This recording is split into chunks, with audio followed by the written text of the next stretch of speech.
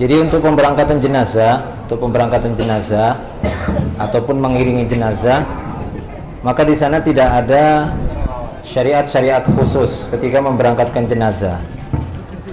Apalagi dengan iringan-iringan musik, iringan-iringan suara, iringan petasan, ledakan ataupun ya, kecuali dalam peperangan. Tidak ada alat-alat musik ataupun bacaan-bacaan Al-Qur'an, bacaan-bacaan selawat, zikir-zikir tertentu, ini tidak ada. Karena Rasulullah sallallahu alaihi wasallam bersabda, la tuttaba'ul janaiz, ya la tuttaba'ul janaiz bisautin wala narin. Jadi tidak boleh jenazah itu diiringi dengan suara-suara ataupun api. Suara-suara yang dimaksud di sini ya suara-suara manusia.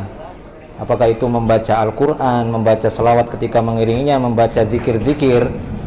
Walaupun di sana ada ikhtilaf para ulama, tapi yang paling benar bahwasanya tidak ada berdasarkan hadis tadi, tidak ada iringan-iringan dengan suara, dengan pukulan-pukulan rebana, ucapan-ucapan zikir. Dan ini diperkuat lagi oleh penjelasan dari Al-Imam An-Nawawi di dalam kitabnya Al-Azkar. Beliau mengatakan wa'lam anna as-shawabul mukhtar, ya makana alaihi salaf as-sukut fi hali sayr ma'al janazah, la yurfa'u sautun wala yurfa'u sautun bi qira'atin wala dzikrin wala ghairi dzalik.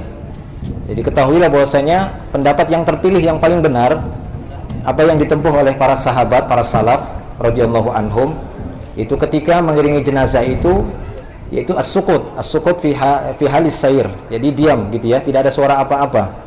Ya ketika mengiringi jenazah, tidak dengan qiraah, bukan dengan bacaan Quran atau zikir-zikir tertentu, ucapan-ucapan ya tahlil la ilaha illallah, alhamdulillah, takbir, baca Al-Fatihah dan semisalnya, itu tidak ada. Ataupun mengiringnya dengan nar, kata Rasul, dengan api, apakah itu dengan obor, dengan lampu, dengan senter, ataukah dengan petasan gitu ya. Tidak ada, jadi dibawa biasa saja. Ya, dibawa biasa saja. Tidak ada doa-doa tertentu secara khusus. Nah, demikian. Nah, kalaupun itu ada di satu pelaksanaan jenazah ketika mengantarkannya ada acara-acara seperti itu, maka bagaimana sikap kita? Pendapat yang paling sahih seperti yang disebutkan oleh Syekhul Islam Ibnu Taimiyah, maka tetap kita mengikutinya. Kita tetap mengikutinya seperti yang beliau sebutkan di dalam fatwanya dalam kitab Al-Akhbar, ya dalam kitab Al-Akhbaru Al-Ilmiyah min al-ikhtiyarat al-fiqhiyah. Beliau mengatakan idza kana ma'al janazah munkar fa huwa ajiz an izalatiha tabi'aha ala sahih. Bahwasanya jika didapati ketika mengiringi jenazah itu ada kemungkaran-kemungkaran, maka tidak mengapa, ya, dan wa huwa ajiz, dia merasa susah ataupun sulit untuk menghilangkan kemungkaran itu, maka pendapat yang paling sahih kata beliau, tetap dia mengikutinya. Cuma dia berusaha untuk mengingkari kemungkaran itu sejauh-jauhnya, tapi tetap dia mengikuti sampai ke tempat pemakaman. Paham ya, insyaallah. Jadi silahkan beberapa orang, yang paling utama mengusung jenazah ini ya tarbi' gitu ya, 4 orang. Kalaupun memang sangat berat, itu boleh lebih dari 4 orang. Dan upayakan agar berjalan, kan gitu ya. Bagi pejalan kaki tidak masalah di depan ataupun di belakang, tapi utamakan jenazah di depan. Ya kalau dia berkendaraan memang harus diupayakan dia harus di belakang saja. Nah, jadi tidak ada suara-suara, tidak ada teriakan-teriakan gitu ya, nggak ada suruh pinggir-pinggir, tidak ada begitu ya. Biasa saja berjalan, kemudian berjalan tidak terlalu cepat dan tidak juga terlalu lambat.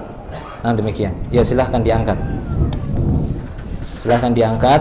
Nanti saya tunggu di sana. Itu nanti ada semacam seumpama pintu lah gitu ya. Ada pintu, nanti ada adab-adabnya. Itu ada pintu di sana. Ya kemudian sudah kita jelaskan tadi ya, tidak ada iringan, yaitu berjalan seperti biasa. Ya silahkan berjalan. Nanti di sana.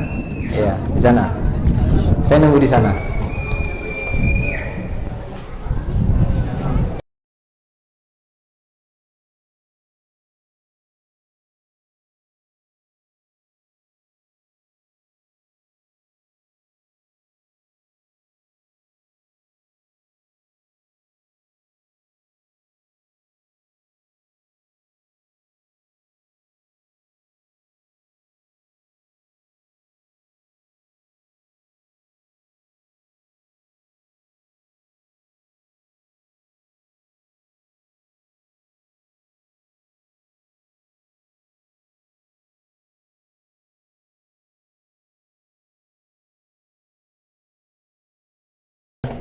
Pintu tempat pemakaman. Ya, jadi di antara adabnya sebelum memasuki tempat pemakaman jenazah yaitu melepaskan sendal. Sebagaimana Rasulullah pernah mendapati seorang yang berjalan di antara kuburan, dia masih memakai sibtiyah. Sibtiyah itu sendal seperti ada bulunya gitu ya. Dia mengatakan, ya sahibah sibtiyatain alqi sibtiyataik, wahai pemilik dua sendal, lepaskan sendalmu. Ketika dia melihat ternyata Rasulullah, dia pun melepaskan kedua sendalnya. Nah, jadi sebelum memasuki, lepaskan dua sendal dan membaca ya salam, ucapan salam dengan assalamualaikum ahlad diyar minal muslimin wal mu'minin wa inna insyaallahu bikum lalahikun as'alullah lana wa lakumul afiyah. Baik, setelah baca itu silahkan masuk. Nah, kemudian ketika masuk usahakan agar jenazah itu masuk dari arah kaki kuburannya. Ini arah kaki, sana kiblat ya. Sana kiblat, sana kaki putar. Nah, baik, letakkan. Nah, sebelum jenazah diletakkan, maka bagi yang mengantarkan jenazah jangan terlebih dahulu duduk, begitu ya. Jangan terlebih dahulu duduk sebelum jenazah diletakkan dengan sempurna. Setelah diletakkan baru boleh ada yang duduk. Nah, demikian. Jadi yang paling utama memasukkan jenazah ini dari arah kaki kuburannya. Ini nanti arah kaki di sini, sana kepala, sana kiblat, kan begitu ya. Kalau memang didapati kondisi perkuburan itu susah dari arah kaki, maka tidak mengapa dari tengah kuburannya, dari arah kiblat kuburan, dari sini. Ini agak agak rompal kemarin lahatnya rubuh, jadi nanti akan. Nah, kalau memang susah dari arah kaki, nanti boleh dari arah tengahnya. Tapi kalau dari arah sini agak kesulitan kan gitu ya. Sementara jenazah harus dihadapkan ke sana, jenazahnya datang dari sini kan susah kan gitu ya. Jadi dia dari arah kaki ini paling utama, kalau tidak mampu dari arah sini. Baik, ya. Kemudian orang yang akan menerima jenazah di liang lahatnya ataupun di liang kubur, yaitu orang-orang yang mungkin mendapatkan wasiat dari jenazah. Kalaupun tidak, yaitu dari kalangan karib kerabat terdekatnya, begitu ya, keluarganya. Kalau dia seorang wanita, mungkin suaminya, begitu ya. Dan yang mengantarkan jenazah tadi upayakan semuanya kaum laki-laki, karena pada dasarnya mengantarkan jenazah yang diperintahkan itu kaum laki-laki, bukan kaum wanita. Kaum wanita justru dilarang, walaupun larangannya itu hanya kepada larangan yang makruh saja, makruh tanzih, tidak sampai kepada makruh tahrim. Ini berdasarkan riwayat dari Ummu Atiyah. Dia mengatakan, nuhina anittiba'il janazah walam yu'zam alaina. Kami dilarang mengikuti jenazah, tapi tidak sampai kepada keharumannya. Berarti hukum asalnya wanita itu ya tidak dianjurkan, tidak disunahkan, bahkan tidak diperbolehkan ikut mengantar jenazah. Jadi hukum asalnya khusus pada kaum wanita dimakruhkan. Walaupun mereka niatnya ikhlas, tetap tidak ada pahalanya karena hukum asalnya dilarang. Kan gitu ya. Hukum dilarang. Jadi pahala 2 qirot bagi orang yang menyolatkan sampai mengantar jenazah ini bagi kaum laki-laki, bagi kaum wanita sampai menyolatkan saja. Tapi kalau mereka mau mengikutinya, kan gitu ya, paling tidak minimalnya mereka mendapatkan kemakruhannya, dibenci, tidak sampai kepada keharuman. Paham ya? Nah, jadi kaum laki-laki yang akan turun ke liang kubur ini utamakan yang masih kerabatnya, ya ulul arhamnya, 2 atau 3 orang. Kemudian yang masuk tersebut orang-orangnya yang tidak berhubungan dengan istrinya pada malam harinya, karena Rasulullah SAW dalam satu riwayat sebelum memerintahkan jenazah diturunkan, beliau bertanya dulu kepada orang-orang, hal minkum min rajulin lam yuqarifil lailah, adakah di antara kalian seorang yang tidak berhubungan dengan istrinya tadi malam? Nah, silahkan dia masuk ke dalam liang kubur. Silahkan, siapa yang nggak berhubungan tadi malam? Ya, dari sini aja ya, karena ini agak 2 orang boleh atau 3 kalau ini kelihatan jenazahnya. Nah, ketika menurunkan jenazah, di sana ada doa yang disunahkan untuk dibaca, yaitu bismillahi ala sunnati rasulillah atau bismillahi ala millati rasulillah. Baik ya. Nah, di sini ada beberapa orang untuk membantu. Angkat 2 atau 3 orang, silahkan. Kemudian baca doanya ketika menurunkan jenazah. Ya, bismillahi ala millati Rasulillah wa ala sunnati Rasulillah. Taib. Ya, dimasukkan. Kita memilih lahat ya, bukan syak. Lahat. Nah, jadi jenazah itu ketika meletakkan jenazah di liang lahatnya tersebut, posisi jenazah itu dibaringkan, sisi kanannya di bagian bawah ke tanah dan sisi atasnya kan gitu ya, ke atas. Jadi miring menghadap kiblat, sana kiblatnya. Nah, kemudian seperti yang kita sebutkan tadi, ikatannya dilepas. Tadi kita sudah menyebutkan alasan para ulama mengapa dilepaskan, kecuali ikatan paling depan atas kepala dan paling ujung kaki itu tidak usah dilepaskan, cukup yang bagian tengahnya saja, dan meletakkan beberapa ini ya, gumpalan tanah untuk menahan badannya supaya tidak terguling ke belakang. Iya, ada yang bantu kasih gumpalan. Iya, supaya badannya tidak terguling ke belakang, itu ditaruh di belakangnya sini, penahan. Sebelum nanti ditutup dengan batu bata gitu ya, ataupun dengan papan. Nah, bagian nanti wajahnya kata para ulama tidak mengapa dibuka, kan gitu ya. Kemudian bagian wajahnya dirapatkan ke dinding lahatnya. Bagian wajah dibuka dan dirapatkan ke dinding lahatnya. Ya, ini memang gebuk pisang aja kan gitu ya. Ya, jadi seperti itu kurang lebihnya. Nah, sudah? Ya. Begitu. Baik. Sudah ya. Nah, sudah dibuka ininya, kemudian di wajahnya sudah dibuka, sudah di ini tutupin. Baik, kemudian papan-papannya. Ya. Ya. Oh, papannya apakah harus dicuci dulu ya? Dicuci pakai air 7 kembang. Enggak ya, tidak harus, tidak ada ketentuan seperti itu.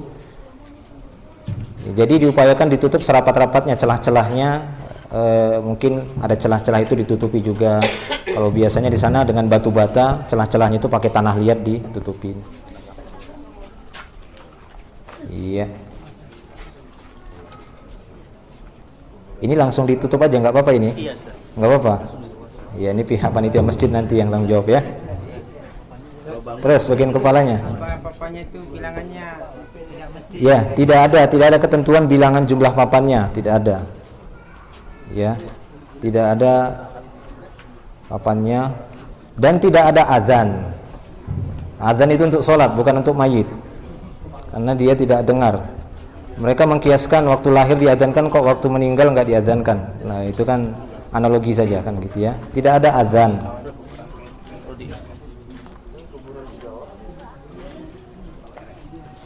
Ya, jadi masalah kuburan ini memang Rasulullah sallallahu alaihi wasallam bersabda, "Ihfiru ya wa ausi'u wa a'miku wa ahsinu." Galilah liang kuburan, lebarkanlah, a'miku ya ini dalamkanlah, wa ahsinu perbaguslah kotaknya kan gitu ya. Ini memang ada anjurannya, disunahkan seperti itu. Jadi setelah tadi sudah ditutupi dengan papannya, kemudian dianjurkan juga untuk melemparkan beberapa kali lemparan genggaman tanah gitu ya, dilemparkan sebanyak 3 kali indaroksi di arah kepalanya di sini. Jadi bagi orang yang di atas gitu ya, coba dipraktekkan, diambil. Nah, lempar di sisi kepala yang di sini sebanyak 3 kali. Apa tujuan dan hikmahnya ya? Wallahu alam, saya tidak tahu, begitulah anjurannya kan gitu ya Rasulullah. Oh, tidak ada doa tertentu kan gitu ya, tidak ada. Itu nanti ketika sudah ditutup, nanti baru ada memintakan ampunan untuk si jenazah. Nah, ya, ya sudah keluar aja, sudah ya, itu kan sebatas penjelasan tadi ya. Ya sudah ya, kalau masih dalam itu dikubur ini. Awas, itu sudah merompal itu. Ya, jadi sudah ya, jadi kan dilempar sini 1, 2, dan 3. Gitu ya.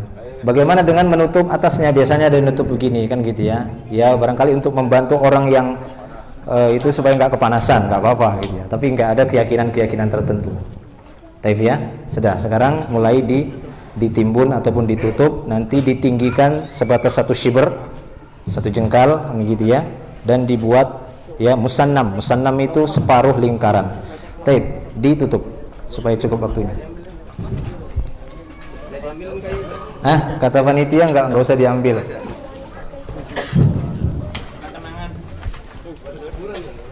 Ada kuburan di masjid ini.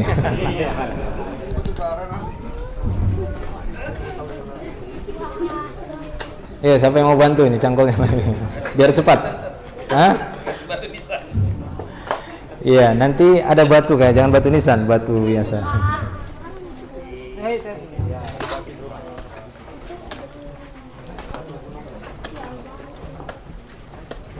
Tiket. Yes. Iya, terus lanjut.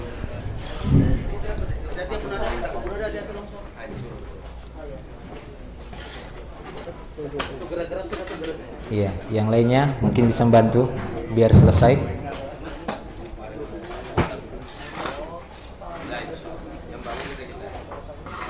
Ada yang bisa nyarikan satu bongkah batu? Siapa nanti yang talkinkan?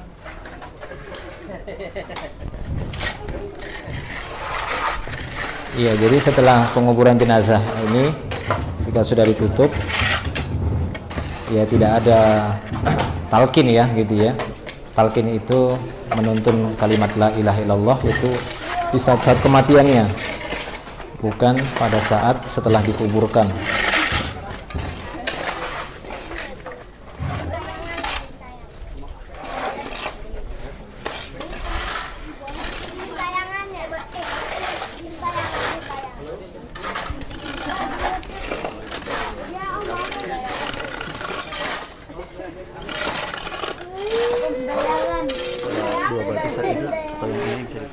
Ini aja lebih besar. Hanya pakai irisan itu gimana dengan yang seperti pakai ulin gitu, yang nonjol sampai ke gini gitu. Ini dipendekkan aja, tapi jangan tanpa ada tulisin kan.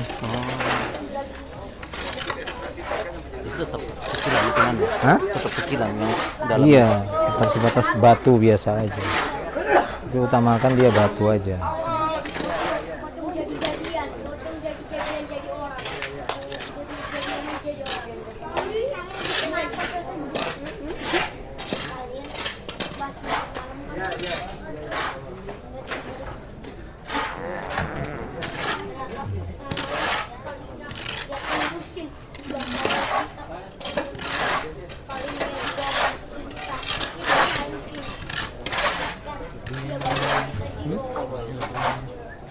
Kalau di kampungku banyak lebihnya begini kayak tinggalnya orang selamat ya.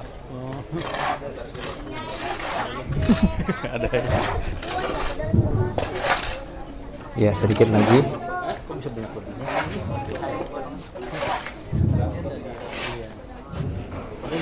Iya, tingginya hanya upayakan 1 shiber saja ya, 1 jengkal.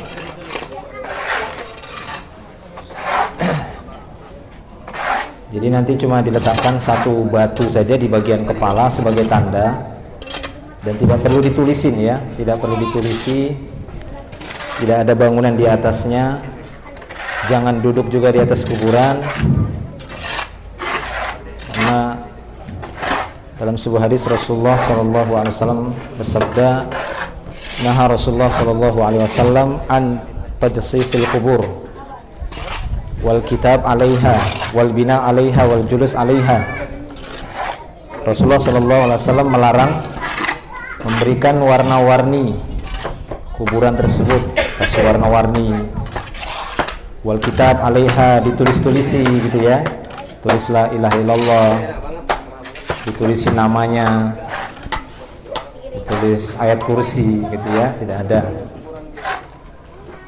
Al-bina 'alaiha juga tidak ada bangunan-bangunan di atasnya, tidak boleh duduk di atasnya, dan tidak juga sholat di atasnya. Kecuali seorang yang ketinggalan. Apabila ada yang ketinggalan sholat jenazah, maka diperbolehkan dia untuk sholat di kubur ini, walaupun hukum asalnya tidak boleh sholat jenazah di kuburan. Sebagaimana riwayat dari Anas bin Malik, dia meriwayatkan bahwasanya Nabi sallallahu alaihi wasallam melarang untuk melakukan Nabi sallallahu alaihi wasallam naha ayusalla al janazah bainal kubur. Kama qala sallallahu alaihi wasallam, bahwasanya beliau Nabi sallallahu alaihi wasallam melarang melakukan sholat jenazah di antara kuburan. Tapi ini dikecualikan bagi seorang yang ketinggalan. Jika tadi dia misalnya sholat jenazah ketinggalan gitu ya, dan sudah dikuburkan, maka tidak mengapa dia sholat di kuburan. Ya satu saja di kuburan gini ya. Dia sholat jenazah sebanyak 4 kali takbir. Bagian kepala sini. Ya situ saja. Tancap, pok, dah. Iya, jadi sebatas batu musannam itu ya separuh lingkaran seperti punuk unta. Kemudian tingginya mungkin hanya sebatas kurang lebih lah 1 jengkal, tidak terlalu tinggi dan tidak ada tulisan-tulisan. Ya, Nabi SAW melarang untuk ditulisin kuburan tersebut. Nah, kita lanjutkan. Setelah ini sudah ditutup sesuai dengan ya sunnahnya, letakkan batu, kemudian tadi setinggi musannam ataupun shibr. Nah, setelahnya sebelum orang-orang yang mengantarkan jenazah tadi kembali ke tempat masing-masing, maka Nabi SAW memerintahkan orang-orang yang hadir pada saat itu untuk memintakan ampunan. Ya, memintakan ampunan. Ya, dengan sabda beliau, biasanya beliau mengatakan istaghfiru li akhikum. Mintakanlah ampunan, maghfirah untuk saudara kalian ini, wasalu lahu tathbit fa innahu al-an yus'al, dan mintakanlah at-tathbit, keteguhan baginya supaya dia diberikan keteguhan untuk menjawab pertanyaan-pertanyaan 2 malaikat yang akan mendudukkan dia dan menanya dia. Begitu ya, menanya tentang Allah Subhanahu wa taala, tentang nabinya, tentang Islam. Nah, demikian. Jadi memintakan ampunan. Adapun doa bersama tidak ada, tapi masing-masing berdoa dengan menghadap ke arah kiblat, bukan menghadap ke arah kuburan, tapi menghadap ke arah kiblat. Dengan doa masing-masing mengangkat tangan, berdoa, kemudian meminta agar dia diampuni, diberikan keteguhan, ya, diberikan keselamatan dan semisalnya. Lalu bagaimana dengan ceramah ataupun pidato?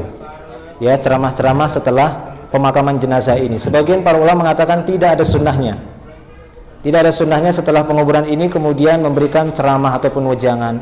Ini tidak ada sunnahnya seperti itu. Adapun sebagian kalangan beralasan dengan riwayat Al-Barra bin Azib. Kalau kita ingin melihat hadis itu, beliau berceramah itu bukan selesai penguburan, tapi di saat-saat menggali lahat. Ketika proses menggali lahat, orang-orang pada nunggu, maka beliau cerita perjalanan ruh orang muslim dan ruh orang kafir.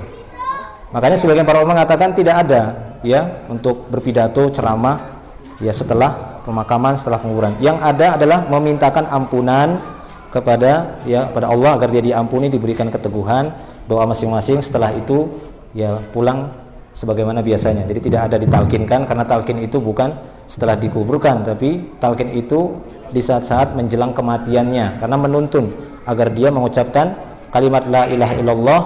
Maka akhiru kalamihi la ilaha illallah ya dakhalal jannah. Barang siapa yang mengucap akhir ucapannya adalah la ilaha illallah, niscaya dia bisa masuk ke dalam surga, bukan setelah dikuburkan. Jadi itu saja, begitu ya. Tapi kalau sifatnya mungkin spontanitas, dia mungkin mendapati ada orang-orang yang melakukan kemungkaran pada saat penguburan jenazah, silahkan saja salah seorang di antara mereka memberikan wejangan, begitu ya. Misalnya ada yang ketawa ketiwi ketika penguburan jenazah itu ya, melakukan hal-hal yang tidak layak di tempat kuburan, duduk di sana, dia bisa saja memberikan wejangan. Tapi mengkhususkan setiap pemakaman ada ceramah, maka ini bukan satu sunnah yang secara terus-menerus dilakukan oleh Rasulullah Sallallahu Alaihi Wasallam. Wallahu a'lam bishawab. Jadi setelah ini ya mintakan ampunan, kan gitu ya, karena nggak ada jenazahnya ya itu harus minta ampunan, kemudian menghadap ke arah kiblat, berdoa untuk ampunannya, dan setelah itu silahkan kembali masing-masing ke rumahnya. Gimana? Siap ya? Ya, seperti yang kita sebut tadi, tidak ada doa berjamaah, kan gitu ya, dalam itu tidak ada. Yang namanya doa berjamaah yang kita ketahui ada contohnya, yaitu ketika kunut. Itu jelas doa berjamaah. Jamaahnya semua angkat tangan amin, kan gitu ya. Apakah kunut nazilah, kunut witir, itu doa berjamaah. Kemudian sholat istisqa, didapati beberapa riwayat para sahabat mengangkat tangan bersama Rasulullah ketika doa minta hujan. Selain itu, tidak ada doa-doa berjamaah yang diajarkan oleh Rasulullah, apakah selesai sholat jenazah atau selesai menguburkan, masing-masing berdoa sendiri-sendiri. Wallahu a'lam bishawab.